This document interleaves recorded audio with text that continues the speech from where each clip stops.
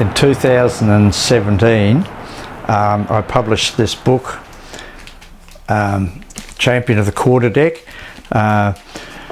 It was a work of some 25 to 30 years, and it all began with a shipwreck at Atoll. We left about an hour too early on instructions from a senior officer, and we arrived at the reef just before dawn. The captain had used dead reckoning, just a compass, nothing else, and he missed the opening to the reef by about 200 metres. So we ran up onto the reef just before dawn on a king tide, and the ship went up high and rolled on its side. So we were successfully rescued from there, and I didn't worry too much about it afterwards. But when I left New Guinea in 72, end of 72, I started to wonder why that atoll was called the Carteret Atoll.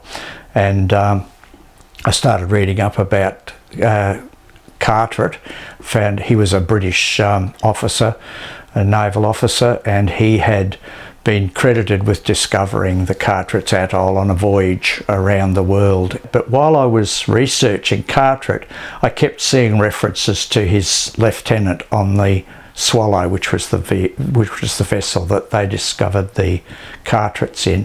The more I read about Gower, the more intrigued I became. He realised that I now had enough material for 6 volumes, so it became obvious fairly soon that I had to do something serious about that, so the editing started. What's really captured my imagination about Gower was his modesty. The more I looked into his career, the more I realised how much he had done, how much influence he'd had, how much he'd influenced other people who'd come under his command, particularly how strong he was in the face of adversity, and yet he very rarely wrote anything about it. He went through all sorts. He was shot in the mouth once and hardly even mentioned it. He was deprived of food, he was starved, he was shipwrecked. He very rarely mentioned himself in any of these reports. Gower probably had a more diverse career than any other officer in the Royal Navy. In 1755, his uncle John Dogley took him to America. Gower experienced war over there as a young man of 15. He was chosen by Captain John Byron to accompany him around the world on a circumnavigation that was top secret. Gower had only been back in England a month or two, and he was chosen to then go on a second expedition under the command of Captain Wallace in the Dolphin with a support ship, the Swallow, under Captain Carr. Gower captured a huge number of American, French and Spanish ships during that 3 or 4 years. Most of his career was during wartime. It was a period of constant wars. There was the French wars in the 1750s onwards, and offered £30,000 for the hull and cargo, which was several $1 million in Australia's in today's money. He was called for what to many officers would have been the career of a lifetime, or the promotion of a lifetime. He was chosen by Lord Macartney to take his embassy to China. This was to be the first British embassy to China, and Gower led that in the warship Lion. Over a period of 2 years, and his crew shared in a lot of prizes. He captured some ships, other ships were able to go off and capture ships without worrying about what the fleet was doing.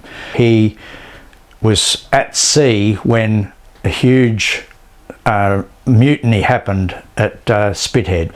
The whole fleet mutinied, refused to take the sea under Lord Bridport. However, the discontented then travelled to the Nore at the mouth of the Thames, and it was a much different mutiny. There was a lot of violence. There were there were floggings often the crews weren't given shore leave because the ships were only in harbour as long as it took to load the provisions. Gower had faced a minor mutiny on his own ship, the Triumph, and he then walked off the ship. His crew then petitioned him to come back because they said he wasn't the problem, but he said, if you don't accept all my officers, you don't accept me. And this could have cost him his career, but in actual fact the Admiralty were looking for a capable officer that they could trust, and they then appointed him to the Neptune, which was a very large brand new ship that hadn't sailed yet. It was in the head of up at the head of the Thames. He took command of that and put together a fleet of volunteers in volunteer ships and blockaded the mutineers from travelling up to London. It was largely when he moved down to Longreach to get his guns on board. This ship could carry 100 guns. The mutiny started to break up, and Gower was then one of the members of the he didn't enjoy that task at all. He always struggled with courts martial.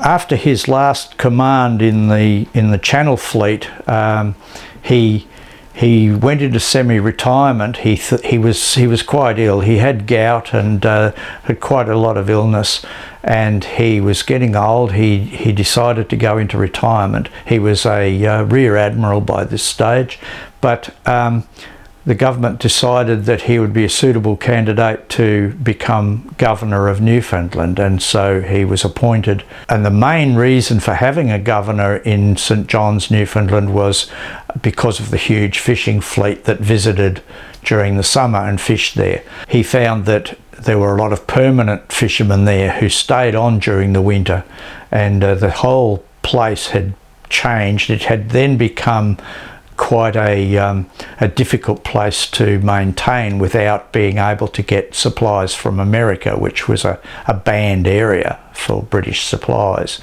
And so Gower spent a lot of his time there negotiating to be able to get legal access to American produce to feed the population.